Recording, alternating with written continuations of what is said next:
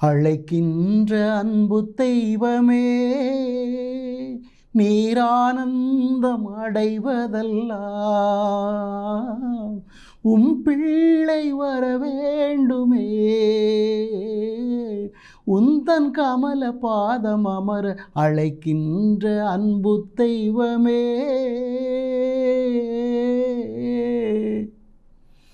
அழைக்கின்ற அன்பு தெய்வமே, நீரானந்தம் அடைவதெல்லாம் பிள்ளை வர வேண்டுமே. உந்தன் கமல பாதம் அமர அழைக்கின்ற அன்பு தெய்வமே.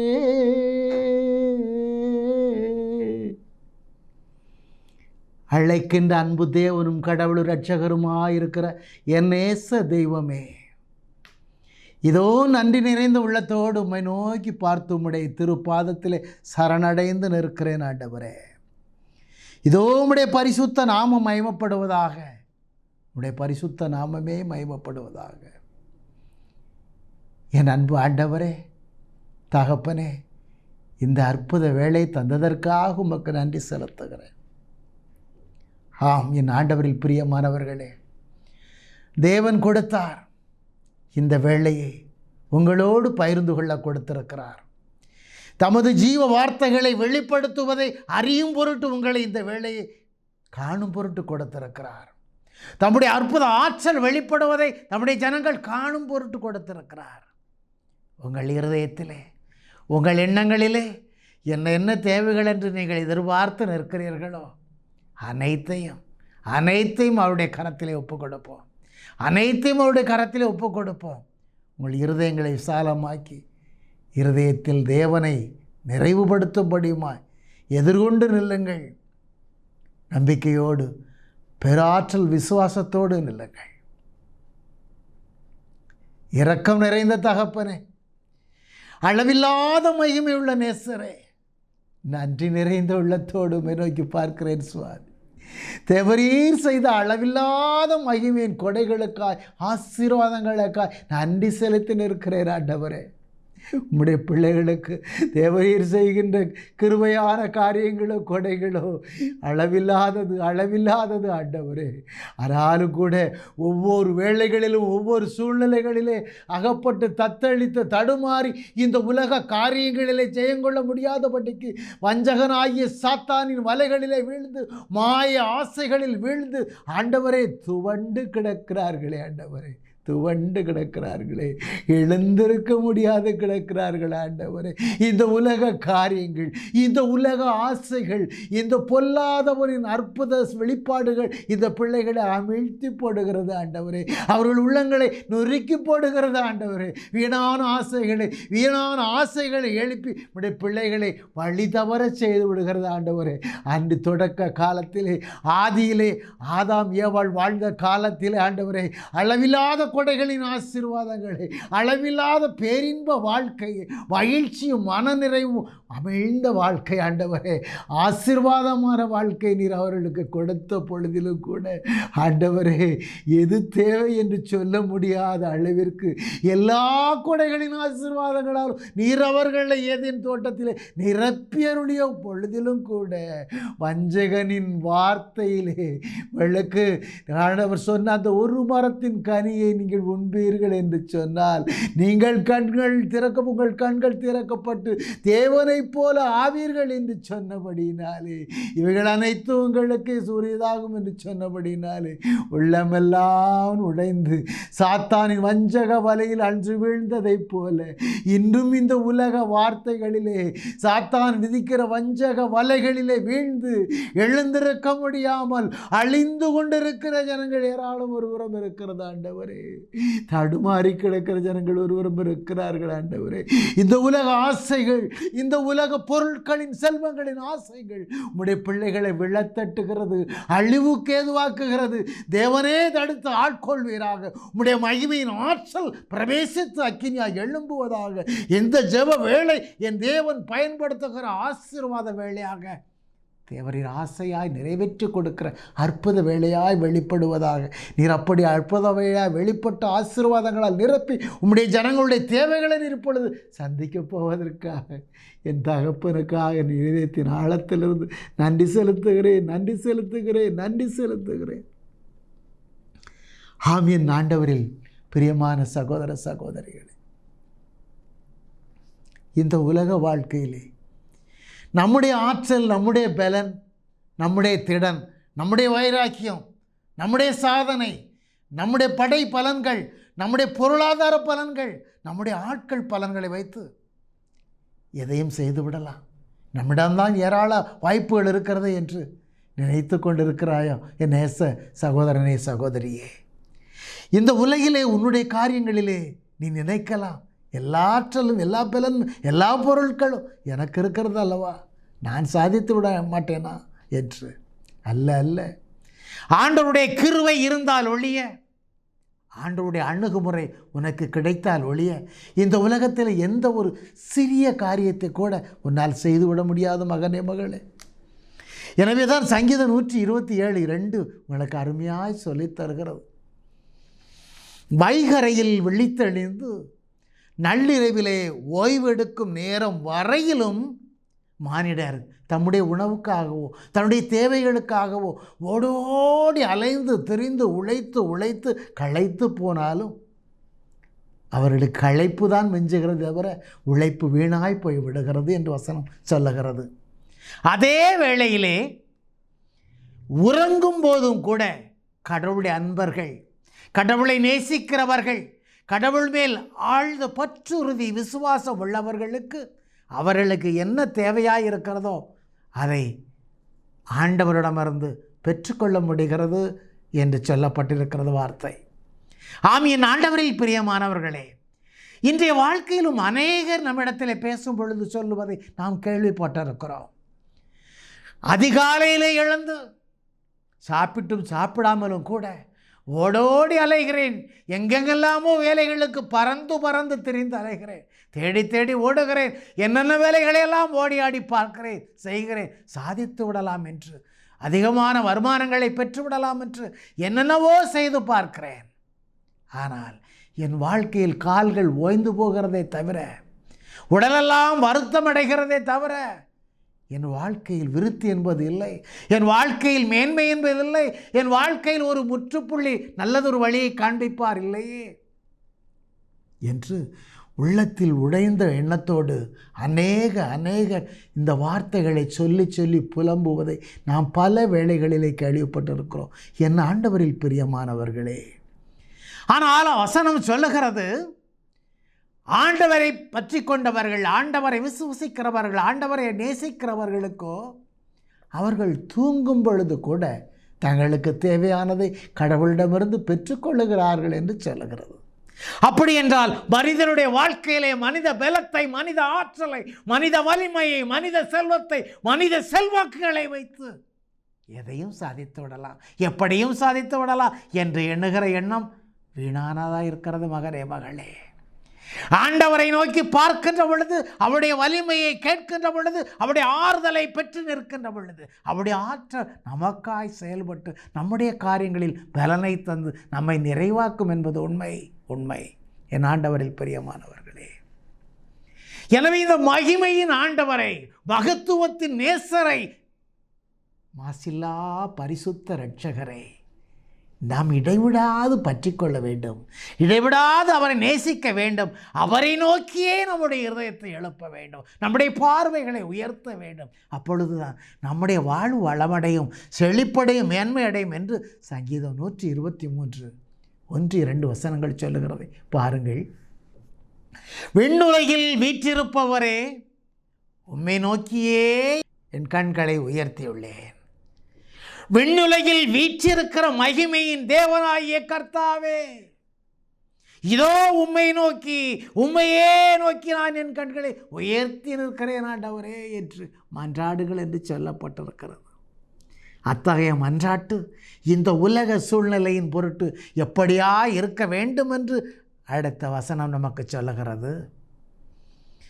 பணியாளனின் கண்கள் தம் தலைவனின் கைதனை நோக்கியே இருப்பது போல, பணி பெண்ணின் கண்களானது தமது தலைவியின் கரத்தை நோக்கியே பார்த்து கொண்டிருப்பது போல என் கண்கள் என் கடவுளாகிய ஆண்டவரே, என் கடவுளாகிய ஆண்டவரே, என் கண்கள் உம்மையே நோக்கி இருக்கும். எனக்கென்று நீர் இறங்கும் வரை, எனக்கென்று நீர் அருளும் வரை, என் வேண்டுதலுக்கு நீர் செவிசாய்க்கும் வரை என் கண்கள் உம்மையே நோக்கி நிற்கும் ஆண்டவரே, உம்மையே நோக்கி நிற்கும் என்று சொல்லப்பட்டிருக்கிறது. பணியாளனின் கண்கள் எப்படியா இருக்கிறது?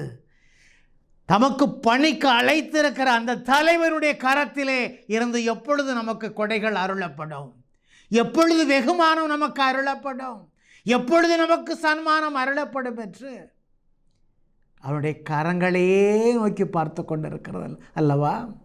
அதை போல தேவனாகிய ஆண்டவர் விண்ணகத்திலே இருந்து எனக்கு அருள்வார், என் வேண்டுதலுக்கு செவி சாய்ப்பார், என் மன்றாட்டுக்கு கிருபை செய்வார் என்று இடைவிடாது விண்ணகத்தில் இருக்கிற மகிமையின் தேவனை நோக்கி என் கண்களை நான் நிறுத்தி வைக்கின்றேன். அப்பொழுது எனக்கு அவரிடத்திலிருந்து ஒத்தாசனை வரும், அவரிடத்திலிருந்து மகிமையான வாழ்வு எனக்கு கிடைக்கும், மகிமையின் கொடைகள் அருளப்படும்.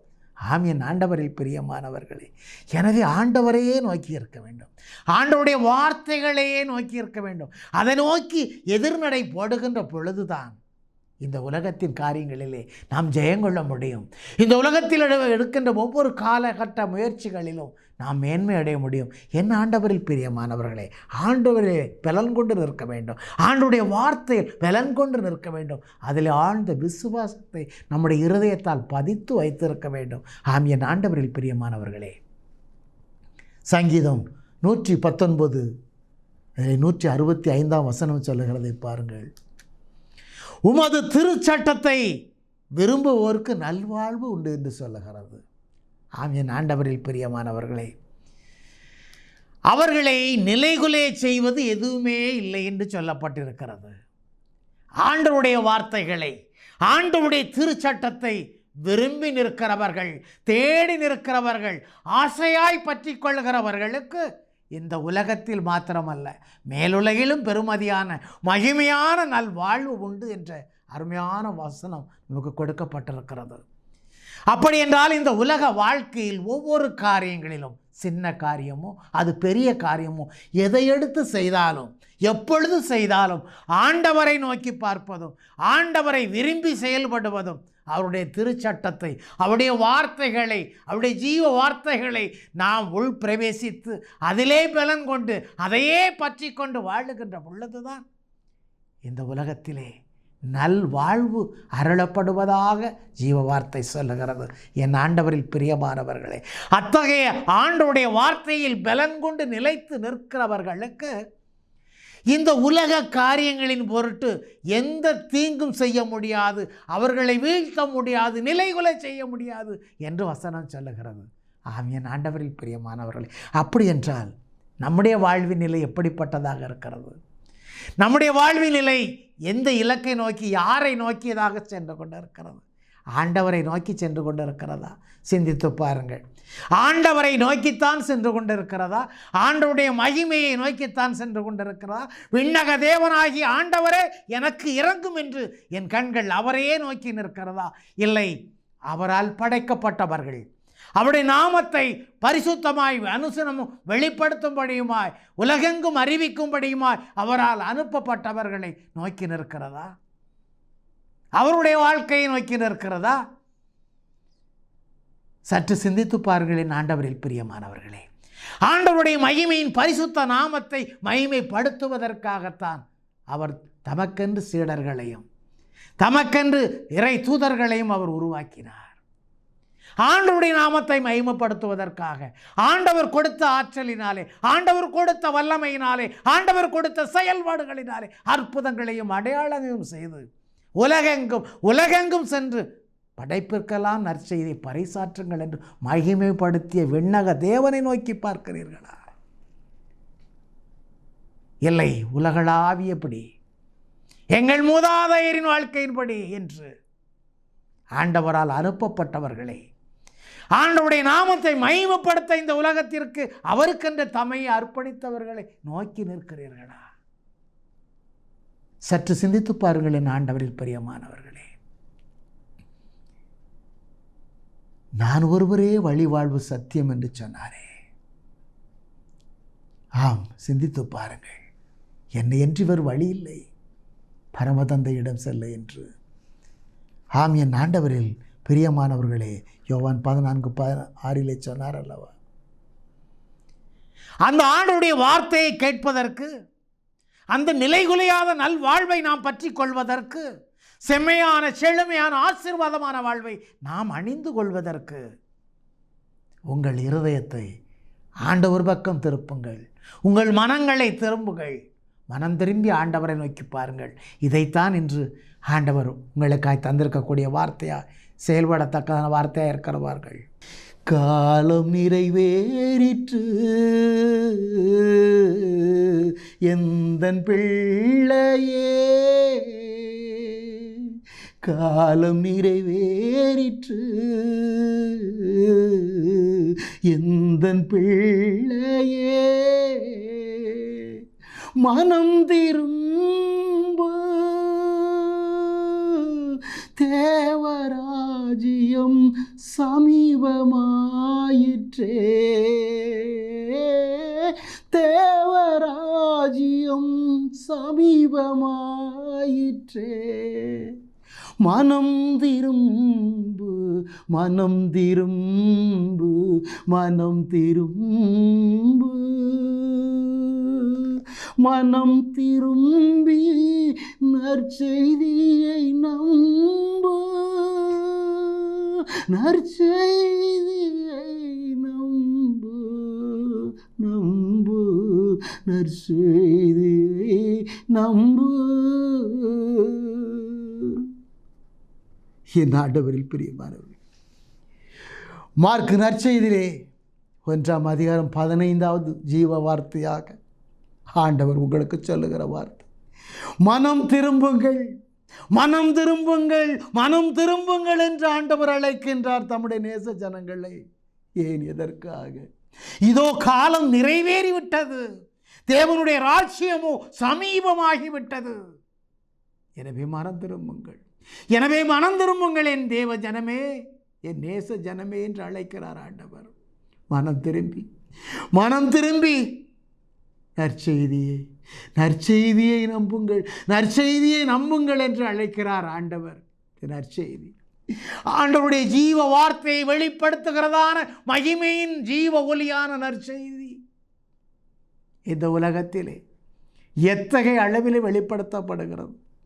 அவர்கள் வெளிப்படுத்துகின்ற அந்த நற்செய்தியின் ஆற்றல் ஆண்டவரை, விண்ணகத்தில் இருக்கிற ஆண்டவரை, தேவாதி தேவரை நோக்கியதாக இருக்கிறதா?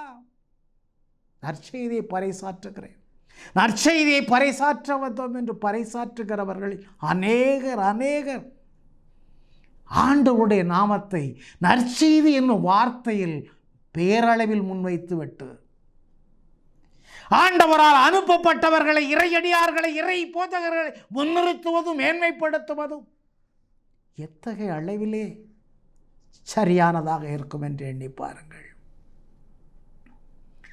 ஆண்டவருடைய வார்த்தை சொல்லுகிறது, என்னை தேடுவதற்கு, என்னுடைய நாமத்தை மகிமைப்படுத்துவதற்கு காலம் தாழ்த்தாது இருங்கள், என்னை நோக்கி வாருங்கள், என்னை கூப்பிடுங்கள் என்று ஆண்டவர் சொல்லுகிறார். என் ஆண்டவரில் பிரியமானவர்களே, இந்த உலக வாழ்க்கையில் அநேகருடைய சூழல்களிலே சற்று வசதி படைத்தவர்களாக, பணம் பொருள் பெற்றவர்களாக, செல்வாக்கு உடையவர்களாக இருக்கின்றவர்களுடைய மன ரீதியானது எப்படிப்பட்டதாக இருக்கிறது? எனக்கு என்ன தேவைப்படுகிறது? எனக்கு யாருடைய உதவி தேவைப்படுகிறது? நான் எங்கே செல்ல வேண்டும்? எதற்காக செல்ல வேண்டும்? எல்லா கொடைகளும், எல்லா தேவைகளும் என்னிடத்தில் இருக்கிறதே. யாரை நோக்கி நான் பார்க்க வேண்டும்? எதற்காக யாரை நான் தேட வேண்டும் என்ற அங்கலாய்ப்பிலே வாழ்கிறவர்களாக அநேகம் பேர் இருக்கிறார்கள். காரணம், தன்னிடம் இருக்கிற பணம், பொருள், செல்வாக்குகள் அவர்கள் கண்களை மறைக்கிறது. குருட்டு வாழ்க்கை போல தன்னை சுற்றியுள்ள அந்த குறுகிய வாழ்க்கைக்குள்ளே தன்னை அமைத்து கொள்வது செல்வாக்குகளின் பயன்பாடாக இருக்கிறது. என் ஆண்டவரில் பிரியமானவர்களே, ஆனால் ஆண்டவருடைய வார்த்தை சொல்கிறது, ஆண்டவரிடம் திரும்பிச் செல். ஆண்டவரிடம் திரும்பிச் செல்ல காலம் தாழ்த்தாதே. சீராக்காகமும் 5:7 சொல்லுகிறது, ஆண்டவரிடத்தில் திரும்பிச் செல்ல காலம் தாழ்த்தாதே. அவரிடத்தில் திரும்பிச் செல்வதற்கு நாட்களை நேரங்களை தள்ளி போடாதே. வெகு சீக்கிரமாய் ஆண்டவரத்திலே திரும்பி வா. ஆண்டவரை நோக்கி வா. இந்த உலக வாழ்க்கை, இந்த உலக செல்வங்களில் நாட்டம் வைத்து நிற்கிறாயே மனிதனே, உன் வாழ்வின் இலக்கு எந்த ஒரு நொடிப்பொழுதிலும் அழிந்துவிடும் என்பதை மறந்து போகாதே. உன் வாழ்வு சிறந்து நிற்கிறது, உயர்ந்து நிற்கிறது என்று நினைக்காதே.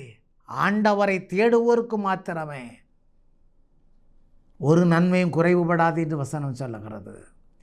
செல்வத்தை அதிகமாய் பெற்றிருக்கிறவருடைய வாழ்க்கையில் நன்மை குறைவுபடாது என்று சொல்லவில்லை. அதிகாரத்தை அதிகமாய் பற்றி கொண்டிருக்கிறவர்களுக்கு நன்மை ஏதும் இந்த உலகில் குறைவுபடாது என்று சொல்லவில்லை. பெருவாழ்வு வாழ்கிறவர்களுக்கு இந்த உலகத்தில் நன்மை ஏதும் குறைவுபடாது என்று ஜீவ வார்த்தை சொல்லவில்லை. ஆண்டவரை தேடுகிறவர்களுக்கு, ஆண்டவரை பற்றி கொள்கிறவர்களுக்கு, ஆண்டவரை இடைவிடாது விசுவசிக்கிறவர்களுக்கு இந்த உலக வாழ்க்கையில் எந்த ஒரு நன்மையும் குறைவுபடாது என்று சொல்லப்பட்டிருக்கிறது. சீராக் 5:1 சொல்லுகிறது, உன்னுடைய கையில் இருக்கிற செல்வங்கள் உன் செல்வங்கள் என்று அதிலே நம்பிக்கை வைத்து விடாதே மனிதனே என்று சொல்லப்பட்டிருக்கிறது. எனக்கு அளவில்லாத செல்வங்கள் குவிந்து கொண்டிருக்கிறது, அதிகமான செல்வங்கள் என்னிடத்தில் இருக்கிறது, இவை போதுமே, என் வாழ்நாளெல்லாம் மகிழ்ந்து விடலாமே, மகிழ்ச்சியால் பொங்கி ஆர்ப்பரித்து வாழ்ந்து விடலாமே, எனக்கு எந்த ஒரு கவலையும் இல்லையே, என் வாழ்நாளெல்லாம் மகிழ்ந்து விடுமே என்று எண்ணாதே என்று வசனம் சொல்லுகிறது. அதே சூழல் தான் லூக்கா நற்செய்தி 12ஆம் அதிகாரத்திலே 13 முதல் 20 வரை உள்ள நிகழ்வை பார்க்கின்ற பொழுதிலும் கூட அறிவற்ற செல்வந்தன் என்று சொல்லப்படுகிற அவருடைய வாழ்க்கை நிலையும் அதுவாகத்தான் இருக்கிறது. தன்னிடம் சேருகின்ற செல்வங்கள், பொருட்கள் அனைத்தும் எனக்கு மிகுதியாக மிகுதியாக அளவிற்கு அதிகமாக வந்து குமிகிறது. உலகத்தில் யாருக்கு விளைச்சல் தானியங்கள் இல்லை என்றாலும் என்னுடைய களஞ்சியத்திலே அளவில்லாமல் சேரும் அளவுக்கு எனக்கு விளைச்சல் கொட்டி குவிகிறதே. நான் என்ன செய்வேன்? எல்லா களஞ்சியங்களையும் விரிவுபடுத்துவதற்காக அவைகளை விரிவுபடுத்துவேன் என்று சொன்னான். அது மாத்திரமல்ல, என் நெஞ்சே நீ களிகூறு, கூத்தாடு, கொண்டாடு என்று சொன்னான்.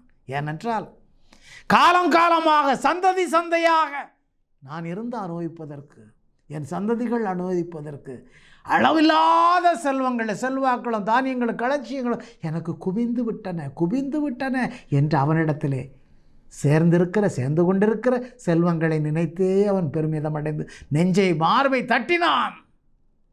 ஆண்டவர் சொன்ன வார்த்தை என்ன?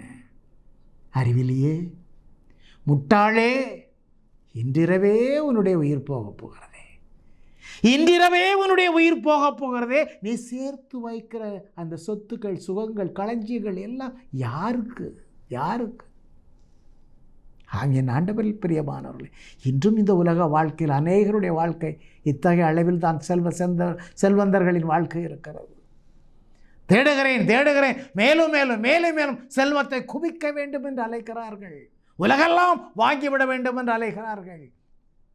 சொத்துக்களை சேர்த்து விட வேண்டும் என்று. மனிதனே, உன் இருதயத்தின் எண்ணங்களை மாற்று. ஆண்டவரை நோக்கி ஓடிவா, ஆண்டவரை கூப்பிடு. இந்த உலக வாழ்க்கையில் நீ பெருமிதம் அடைந்து கொண்டிருக்கின்ற, நான் உயர்ந்து கொண்டிருக்கின்றேனே என்று நீ மார்தட்டி கொண்டிருக்கின்ற உன்னுடைய வாழ்வின் நிலை எப்படிப்பட்டதா இருக்கும் என்று ஜீவ வார்த்தை சொல்லுகிறது. சங்கீதம் 144 4ஆம் வசனம் சொல்லுகிறது, நிழலை போன்றது மனிதனுடைய வாழ்வின் நிலை என்று. ஒரு மனிதனுடைய நிழல் எப்படிப்பட்டதா இருக்கிறதோ அதை போன்றது தான் அந்த நிழல். எப்பொழுது மனிதன் போகிற பக்கமெல்லாம் போய்விடும். மனிதன் அந்த புறமாய் சாய்ந்து விட்டான் என்றால் அதுவும் சாய்ந்து விடும். அந்த நிழலை போன்றது மனித வாழ்வு என்று சொல்லுகிறது. சங்கீதம் 39:5 சொல்லுகிறது. சங்கீதம் 62:9 சொல்லுகிறது, மனிதனுடைய வாழ்வு எத்தகைய அளவிலே உயர்ந்து வந்தாலும் நீர்மட்டத்தின் மேலே இருக்கிற அந்த நீர்க்குமிழியை போன்றது மனித வாழ்வு என்று. சிந்தித்து பாருங்கள் என் ஆண்டவரில் பிரியமானவர்களே. எவ்வளவு மேன்மையாய் உயர்ந்தாலும், எத்தகைய அளவில் நீர்நிலை உயர்ந்து நின்றாலும், சிறிது மணலோ சிறிது காற்றோ அடித்து விட்டால் நீர்க்குமிழியானது உடைந்து விடும். எந்த இடத்தில் இருந்தது, எப்படி இருந்தது என்று யாராலும் கண்டுகொள்ள முடியாத அளவிற்கு அதன் நிலை ஆகிவிடும். எனவேதான் இந்த நிகழ்வுகள் எல்லாம் ஆண்டவருடைய வார்த்தைகள் சொல்லித் தருவது, இந்த உலக வாழ்க்கையில் இருக்கிற செல்வங்களையும் உன்னுடைய உயர்வை நினைத்து, உன்னிடத்தில் இருக்கிற செல்வங்களையும் பட்டங்களையும் பதவிகளையும் நினைத்து மனிதனே நீ மாறுதட்டாதே, இவைகளெல்லாம் எனக்கு போதுமே என்று உன் இருதயத்திலே இருமாப்படையாதே. இதைத்தான் ஆண்டவருடைய வசனம் இன்று உனக்கு சொல்லுகிறது. நானே வழியும் சத்தியமும் ஜீவனுமாயிருக்கிறேன் என்று ஆண்டவர் சொல்லுகிறார். திட்டவட்டமாக நன்றாக சிந்தித்து பாருங்கள். யோவான் நற்செய்தி 14 அதிகாரத்தில் 6வது இறைவசனமாக, நானே வழியும் நானே சத்தியமும் நானே ஜீவனுமாயிருக்கிறேன் என்று ஆண்டவர் சொல்லுகிறார். ஆமீன். ஆண்டவரில் பிரியமானவர்களே, என் வழியா என்று எவரும் பரமதந்தையிடம் வர வேறு வழியே இல்லை என்று சொல்லுகிறார். என் வழியா என்று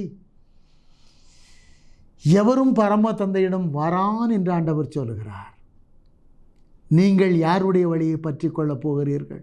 யாருடைய வழியை பற்றி கொண்டிருக்கிறீர்கள்? இந்த உலக வாழ்க்கையின் பொருட்டு உங்களுக்கு அருளப்படுகின்ற பரலோக பரிசுத்த வாழ்வுக்கு நீங்கள் செல்ல நினைக்கிறீர்களா? அப்படி என்றால் நீங்கள் யாரை பற்றி கொள்ள, யாருடைய பாதையிலே செல்ல நீங்கள் ஆவலாயிருக்கிறீர்கள்? விண்ணகத்தில் இருக்கிற மகிமையின் தேவன் அவர் ஒருவரே வழி என்று சொல்லுகிறாரே. நான் ஒருவரே வாழ்வாய் இருக்கிறேன், சத்தியத்தின் தேவனாயிருக்கிறேன் என்று சொல்லுகிறாரே. என் வழியா என்று பரம தந்தையிட எவரும் வரான் என்று சொல்லுகிறாரே. வர முடியாது என்று. நீங்கள் யாருடைய பாதையில் செல்ல, யாருடைய பாதையில் முயற்சி செய்து கொண்டு இருக்கிறீர்கள்? இதை ஒவ்வொரு மனிதனும் தன்னுடைய இருதயத்திலே பட்டயமாக பதித்து வைத்துக் கொள்ளுங்கள். என் ஆண்டவரில் பிரியமானவர்களே, நீ விசுவசித்தால் தான் தேவனுடைய மகிமையை காண முடியும். ஆண்டவருடைய வார்த்தையை விசுவசித்தால் தான் தேவனுடைய மகிமையை காண முடியும். ஆண்டவருடைய சிநேகிதர் லாசர் இறந்து விட்டார் என்று செய்தி கேட்டு அங்கே அடக்கப்பட்ட இடத்திற்கு ஆண்டவர் சீடர்களோடு வருகிறார். லாசருடைய இந்த இறப்பானது உண்மையான மெய்யான ஒரு இறப்பு அல்ல, ஆண்டவருடைய மகிமை வெளிப்படுவதற்கான ஒரு இறப்பு என்பது ஆண்டவருக்கு தெரியும். ஆனாலும் கூட அந்த இடத்திற்கு வந்த மாத்திரத்திலே அவருடைய சகோதரிகள் மற்ற உறவுகளெல்லாம் அழுவதை கண்ட மாத்திரத்திலே, கண்ணீர் சிந்துவதை கண்ட மாத்திரத்திலே ஆண்டவர் மனம் கசிந்தார் என்று வசனம் சொல்லுகிறது. கல்லறைக்கு அருகிலே சென்று குகை போன்ற அந்த கல்லறையில் மூடப்பட்டிருக்கிற கல்லை புரட்ட சொல்லுகிறார் ஆண்டவர். அப்பொழுது அந்த லாசருடைய சகோதரி மார்த்தா சொல்லுவார், ஆண்டவரே 4 நாள் ஆயிற்றே, நாற்றம் அடிக்குமே ஆண்டவரே, துர்நாற்றம் அடிக்குமே ஆண்டவரே என்று சொன்ன மார்த்தாவுக்கு ஆண்டவர் சொன்ன வார்த்தை என்ன? யோவான் 11:40, நீ விசுவசித்தால் தேவனுடைய மகிமையை காண்பாய் என்று ஆண்டவர் உங்கள் ஒவ்வொருவரையும் பார்த்து சொல்லுகிற வார்த்தை, ஒவ்வொரு மனிதரையும் பார்த்து சொல்லுகிற வார்த்தை. என் நேசமகனே, நேசமகளே, நீ விசுவசி, ஆண்டவருடைய வார்த்தையை விசுவசி, ஆண்டவருடைய வார்த்தையை பற்றிக்கொள், ஆண்டவருடைய வார்த்தையில் நம்பிக்கையால் பலன் கொண்டு நில்லு. அப்பொழுதுதான் நீ தேவனுடைய மகிமையை காண முடியும். தேவனுடைய ஆற்றலை, மகிமையின் வல்லமையை, கொடைகளை நீ பெற முடியும். தேவனை விசுவசித்தால், தேவனுடைய வார்த்தையை விசுவசித்தால். ஆம், என் ஆண்டவரில் பிரியமானவர்களே, அவரை விசுவசிக்காதபடி உங்கள் வாழ்க்கையில் நீங்கள் எதையுமே பெற்றுக்கொள்ள முடியாது. சங்கீதம் 37:3-4 அதைத்தான் சொல்லுகிறது. ஆண்டவரை நம்பு, நல்லதை செய், ஆண்டவரிலே நீ மகிழ்ந்து கொண்டிரு, அப்பொழுது உன்னுடைய காரியங்களை அவர் நிறைவேற்றுவார், உனக்கு வாய்க்க செய்வார் தேவன் என்று. இதைத்தான் சீராக்கு 11:21 சொல்லுகிறது. ஆண்டவரிடத்திலே நம்பிக்கை வை, விசுவாசம் கொள், அதன் பின்பாக அவருடைய உழைப்பிலே பலன் கொண்டு நில்லு. அவர் தமது ஆசீர்வாத கொடைகளை உனக்கு விரைந்து தழைக்க செய்வார். ஆண்டவரை நம்புகிற பொழுது, ஆண்டவரை விசுவசிக்கிற பொழுது, ஆண்டவரில் பலன் கொண்டு நிற்கிற பொழுது, ஆமென். ஆண்டவரில் பிரியமானவர், எனவேதான் ஆண்டவர் என்று சொல்லுகிறார், என் நேச பிள்ளையே, காலம் நிறைவேறிவிட்டது, காலம் நிறைவேறிவிட்டது மகனே மகளே, மனம் திரும்பு, மனம் திரும்பு, தேவராஜ்யம் சமீபமாயிற்று, சமீபமாயிற்று, மனம் திரும்பி நற்செய்தியை நம்புங்கள் என் தேவஜனமே என்று ஆண்டவர் உங்களை அழைக்கிறார். ஆண்டவர் உங்களை அழைக்கிறார். ஆண்டவருடைய வார்த்தைக்கு செவி கொடுக்கிறவர்களாக, அதிலே பலன் கொண்ட விசுவாசம் வைத்தவர்களாக நிற்கிற ஜனங்கள் இப்பொழுது ஆண்டவருடைய திருக்கரத்திலே உங்களை ஒப்பு கொடுத்து ஒரு கணம் ஜெபிப்போம். எங்கள் அன்பும் கிருபையும் அளவிலா நேசமும் உடைய பரிசுத்த பரம்பொருளும் தேவனும் இரட்சகருமாகிய என் ஆண்டவரே, இதோ உம்முடைய பிள்ளைகளை கண்ணோக்கி பாருங்க சுவாமி, உங்கள் பிள்ளைகளை கண்ணோக்கி பாருங்க சுவாமி. எத்தனை வார்த்தைகள் அவருடைய செவிகளில் விழுந்தாலும், எத்தனை ஜீவ வார்த்தைகள் அவர்கள் செவிகளை துளைத்து சென்றாலும், இந்த புறத்தில் பாய்ந்து அந்த புறத்தில் வெளியே சென்று விடுவதாக அநேகருடைய வாழ்க்கை இருக்கிறது சுவாமி. ஜீவ வார்த்தைகள் அவருடைய காதில் கேட்டு இருதயத்தில் இடம்பெற்று உம்முடைய நாமத்தை மகிமைப்படுத்தும்படியான வாழ்வு வாழ தகுதி இழந்து நிற்கிற ஜனங்களாய் அநேகர் இருக்கிறார்கள் ஆண்டவரே. காலம் சமீபமாயிற்று, காலம் சமீபமாயிற்று, மனம் திரும்பு என் பிள்ளையே, மனம் திரும்பு என்று அழைக்கிற உம்முடைய குரலை கேட்டு செவி கொடுத்து மனம் திரும்ப எத்தனை உள்ளங்கள் ஆண்டவரே உமக்காக காத்திருக்கிறது. இந்த உலக காரியங்களின் பொருட்டு ஆண்டவர் கர்த்தர் இயேசு என்று சொல்லுகிற நாவுகள் உலக வாழ்க்கையின்படி வெளிவார்த்தைகளாக ஆண்டவரே, எசையா தீர்க்கதரிசி சொன்னதைப் போல ஆண்டவரே, இவர்கள் உதட்டளவிலே உம்மை நேசிக்கிறவர்களாக பேசுகிறவர்களாக இருக்கிறார்கள் ஆண்டவரே.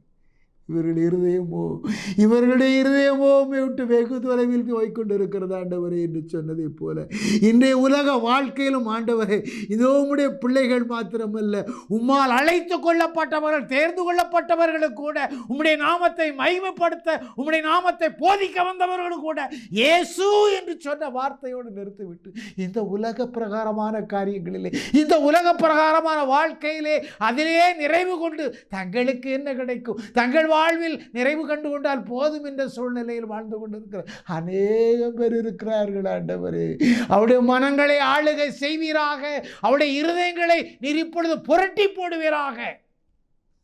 அன்று உம்முடைய சீடர்களுக்கு நீர் கொடுத்த வார்த்தை, உலகெங்கும் செல்லுங்கள், படைப்பிற்கெல்லாம் நற்செய்தியை பறைசாற்றுங்கள் என்று பார்க்கும் 15-16 வசனத்திலே நீர் சொன்ன நம்முடைய வார்த்தை அவருடைய இருதயங்களில் ஊடுருவி பாய்ந்து சென்று உம்முடைய நாமம் மட்டுமே மகிமைப்படத்தக்கதான அவருடைய செயல்கள் விளங்க நீர் கிருபை செய்வீராக. இந்த உலக காரியங்களின் பொருட்டல்ல, இங்கே மூதாதையர்களின் செயல்பாடுகளின் நிமித்தமாய் மட்டுமல்ல, என் தேவனுடைய நாமம் மாத்திரமே மகிமைப்பட வேண்டும். அதற்காகவே நான் அழைக்கப்பட்டேன், அதற்காகவே நான் தேர்ந்து கொள்ளப்பட்டேன், அதற்காகவே என் ஜீவன் இருக்கிறது என்று எழுந்து பிரவேசிக்க அவர்களுக்கும் உம்முடைய ஆவியானவரின் பலனை தாரும் ஆண்டவரே. உம்முடைய ஆவியானவரால் திடன் கொண்டு நிரப்பும் ஆண்டவரே. நிறைவேறி விட்டதான காலத்தின் நிலையை அறிந்து தேவனுடைய ராஜ்யம் சமீபமாகி விட்டது என்பதை உணர்த்து உள்ளத்தால் இருதயத்தால் உமக்கு அஞ்சியவர்களாக உமக்கு ஏற்புடைய வாழ்வு வாழவும், உம்முடைய பரிசுத்த பாதையில் உமது கரத்தை பற்றி வழிநடக்கவும் அவர்கள் ஆயத்தமாக இருக்க தகப்பனே நீர் இரக்கமாயிரும் ஆண்டவரே, கிருபை செய்யும் ஆண்டவரே. உம்மால் அன்றி இந்த உலகத்தில் ஒன்றுமே இல்லை சுவாமி. நீர் ஒருவரே இரக்கமுள்ள தேவன், நீர் ஒருவரே கிருபையுள்ள ஆண்டவர், நீர் ஒருவரே அளவில்லாத அன்பு நிறைந்த நேசர். உம்முடைய ராஜ்யம் கட்டப்படுவதாக, உமக்கே மகிமை உண்டாவதாக ஆண்டவரே, உமக்கே மகிமை உண்டாவதாக. ஆமேன், ஆமேன்.